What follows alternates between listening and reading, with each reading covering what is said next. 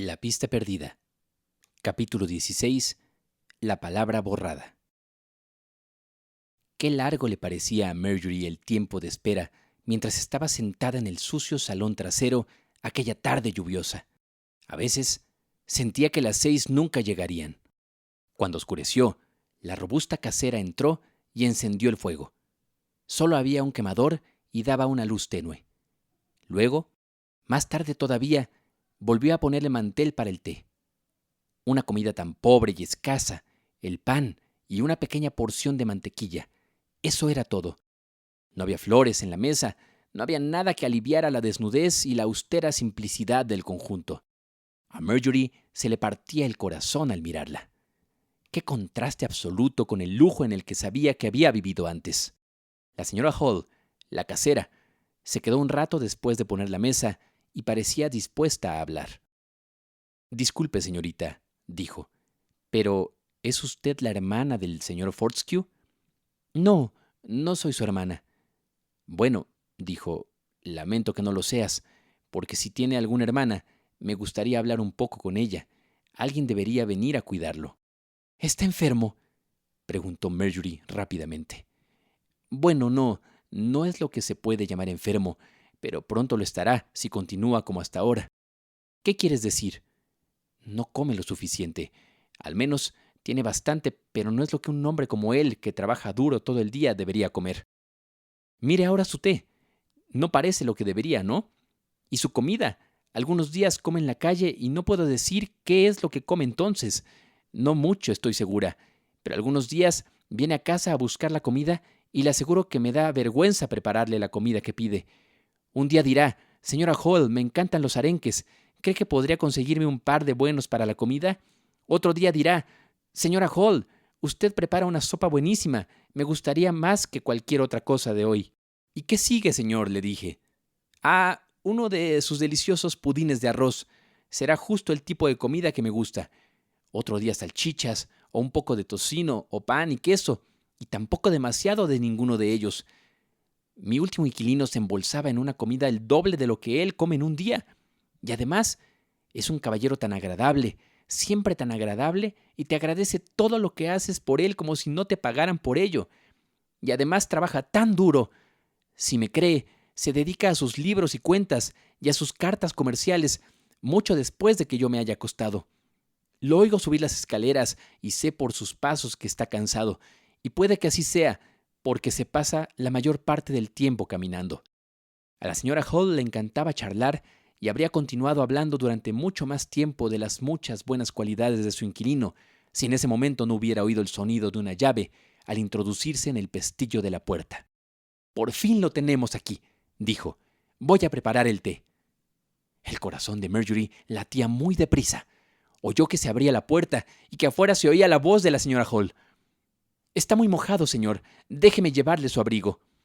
Entonces se oyó la voz conocida. «Gracias, señora Hall. Será mucho mejor secarse juntos al fuego». «Hay una dama esperando verlo, señor, en el salón. Ha estado aquí la mayor parte de la tarde». «¿Una dama me busca?» No se detuvo a hacer ninguna pregunta, sino que entró rápidamente en la habitación. «Señorita Douglas, ¿está usted aquí?» Había estado pensando en ella mientras subía por la calle. Se había estado preguntando cómo le iría en su dura vida en Daisy Bank, y ahora allí estaba, en el último lugar en el que jamás hubiera soñado verla, sentada en el viejo sillón junto al fuego, en su deprimente habitación. Ella se levantó para recibirlo y de inmediato le tendió el preciado paquete. «Capitán Fortescue, he venido a traerle esto. Es algo que espero que le alegrará mucho recibir». Tomó la caja en su mano, pero no la abrió. «¿Qué sucede?», preguntó. «Siéntese, señorita Douglas». Él notó lo agitada que estaba y se preguntó qué le había causado eso. «¿Ha perdido algo?», preguntó ella. «Solo un paraguas», dijo riendo. «Perdí uno la semana pasada, pero no puede estar aquí». «No», dijo ella. «Fue hace mucho tiempo. Piense, capitán Fortescue, ¿nunca ha perdido una carta que deseaba mucho encontrar? ¿Nunca le han robado a alguien una carta? ¿Y no ha intentado por todos los medios encontrar esa carta, pero ha sido en vano?» Ahora lo comprendía todo. Su rostro había palidecido por completo. Era posible que la carta de su padre hubiera sido encontrada, y por ella. ¿Está en esta caja?, preguntó. Sí, espero que sea la correcta. ¿Puede abrirla y ver? Cortó la cuerda que ella había anudado fuertemente a su alrededor. Sacó el papel y vio la conocida letra irregular de su padre. Sí, era evidentemente la carta que debía haber encontrado en aquel sobre de la caja fuerte, cuyo sobre todavía estaba en su poder y que estaba dirigido para mi hijo, para ser abierta después de mi muerte. ¿Es la correcta? Sí, lo es, señorita Douglas. ¿Cómo puedo agradecérselo? Puedo contarte cómo la encontré y luego debo irme. Ella sabía cuánto ansiaba él leer la carta y pensó que querría leerla solo. Su único deseo era contarle cómo había llegado a sus manos y luego dejarlo. Pero él no quería que hiciera eso. La hizo sentarse de nuevo y antes de que ella pudiera impedírselo, tocó la campanilla para llamar a la señora Hall y le dijo que trajera otra taza para que pudiera tomar un poco de té antes de irse. Entonces, Marjorie le contó su historia lo más brevemente que pudo. Le habló de la desgracia de la anciana señora Hotchkiss durante su enfermedad. Le contó su visita a medianoche a la vieja casa y el secreto que le habían revelado. Le describió el lugar en el que había escondido la caja. Confesó que había roto los sellos y la había abierto para poder ver el nombre al final de la carta y saber si el señor Fortescue y el señor Fortescue eran el mismo. Y ahora, mientras se levantaba de su silla, dijo que estaba agradecida, muy contenta y agradecida, de que la carta estuviera a salvo en sus manos y que debía irse. Realmente debía irse. Sabía cuánto ansiaba él leerla y no lo entretendría ni un momento más. Señorita Douglas, dijo el capitán Fortescue, no voy a permitir que se vaya hasta que haya tomado un poco de té, y luego la acompañaré a la estación. Pero si está segura de que no le importa, leeré la carta, y entonces podré decirle de qué se trata y por qué tengo que agradecerle. Cuando vio que no tenía sentido protestar más, se sentó de nuevo junto al fuego y él se sentó a la mesa, a la tenue luz del solitario quemador de gas, y se sentó a leer la carta. De vez en cuando, ella lo miraba mientras él se inclinaba sobre ella, preguntándose qué podría contener y observando ansiosamente el efecto que le causaba la lectura. Todo vestigio de color había desaparecido de su rostro, pero seguía leyendo atentamente y sin levantar la vista ni una sola vez. Marjorie oía el fuerte tic-tac del reloj del pasillo, pero ningún otro sonido perturbaba el silencio de la habitación. No dijo una palabra ni emitió un sonido hasta que llegó a la última página, y entonces lanzó una fuerte exclamación de consternación. ¿Son malas noticias?, preguntó ella temerosamente. No, no es una mala noticia. Es una buena noticia, muy buena noticia, dijo. Pero esos sinvergüenzas han manipulado la carta. Se la mostró y ella vio que una palabra muy larga, había sido borrada por completo. Es evidente que lo han hecho a propósito, dijo, para que esta carta no cayera en mis manos. ¿Tiene mucha importancia esa palabra? Es de suma importancia. De hecho, es la palabra más importante de toda la carta. Señorita Douglas, tomaremos un té y luego, si no le molesta, quiero que lea la carta que ha traído. ¿Puedo? ¿Pero está seguro de que quiere que la lea? Estoy completamente seguro.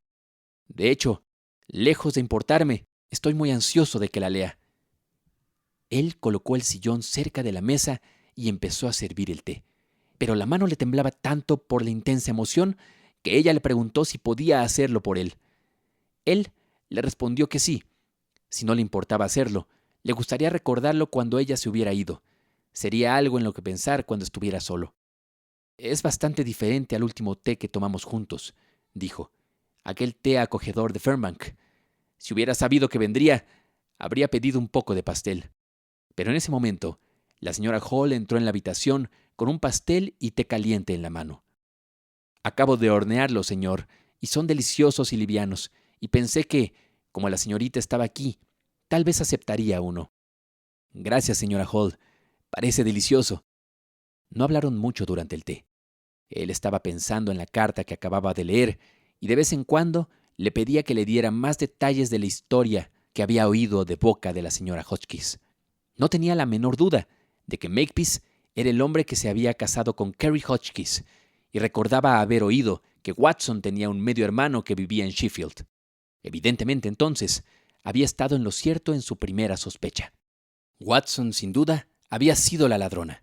Ella debía haber estado escuchando en la puerta del dormitorio cuando su padre le dijo que buscara debajo del testamento, en la caja fuerte, la importante carta que deseaba que recibiera. Luego, cuando se encontró sola con el anciano para pasar la noche, debió tomar las llaves de la mesa mientras él dormía.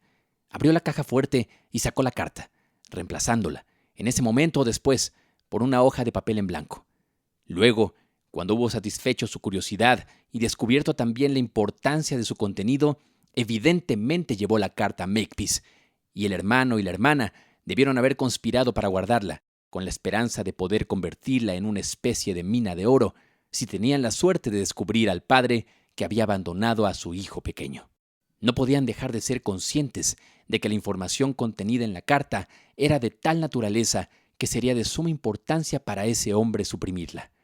Luego, después de eso, Watson debe haber encontrado la otra carta, la que Makepeace le había traído, tirada sin enviar sobre la mesa, y entonces ella o su hermano deben haber inventado la historia plausible que Makepeace le había contado para evitar que cualquier sospecha cayera sobre Watson.